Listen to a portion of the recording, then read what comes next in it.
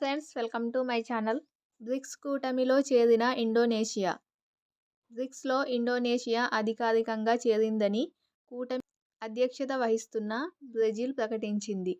Indonesia 2023లో సభ్యత్వం కోసం ప్రతిపాదన చేయగా కూటమిలోని సభ్యదేశాలు ఆమోదం తెలిపాయి.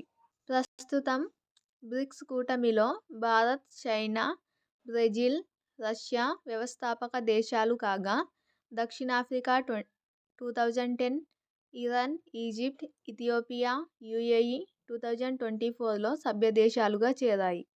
ప్రపంచంలోనే శక్తివంతమైన పాస్పోర్టు సింగపూర్దే.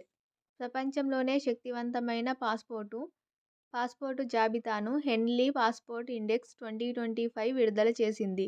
ఇందులో సింగపూర్ తొలి స్థానంలో నిలిచింది.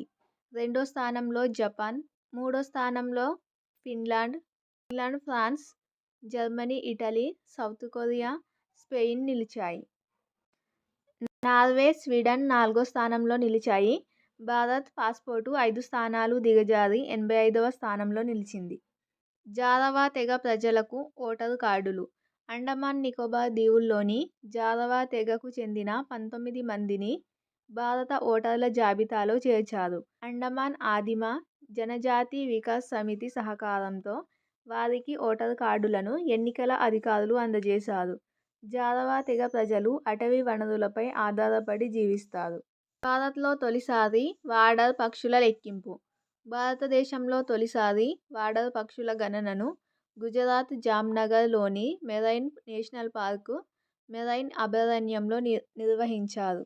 బర్డ్ కన్జర్వేషన్ సొసైటీ గుజరాత్ సహకారంతో గుజరాత్ ప్రభుత్వ అటవీ శాఖ జనవరి 3 నుంచి 5వ తేదీ వరకు లెక్కించింది.